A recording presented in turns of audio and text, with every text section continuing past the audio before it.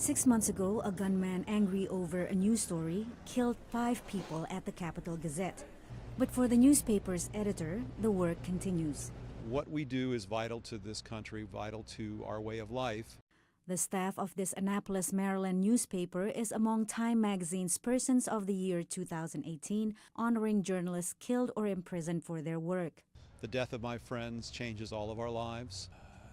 People, I think, are more aware of the value of what we do. It seems like a pretty high price to pay for that. And the price is getting higher. For the first time, the United States made the Reporters Without Borders list of deadliest countries for journalists. Fake news and the Russian witch hunt. We got a whole big combination. In October, a Trump supporter sent pipe bombs to CNN and high-profile political opponents of the president.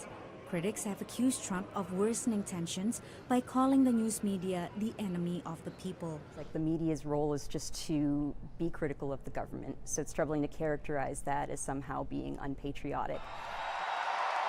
The president and his supporters reject accusations that his remarks have led to violence. The media's constant unfair coverage, deep hostility,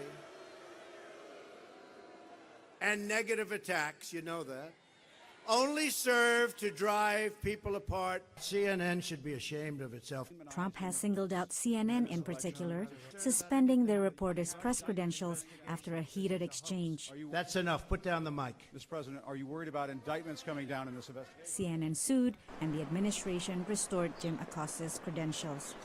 Another challenge, Trump's use of Twitter to bypass traditional communication channels. You can talk to a very senior aide to the President of the United States and ask about a very serious, important piece of policy. And that person will walk you through how the administration is reacting. And at the end of that conversation, they will inevitably say, but the boss hasn't tweeted yet.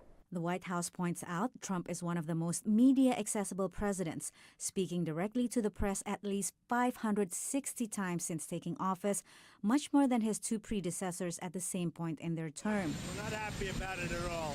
Often taking questions on the White House South Lawn. And we're not happy about it.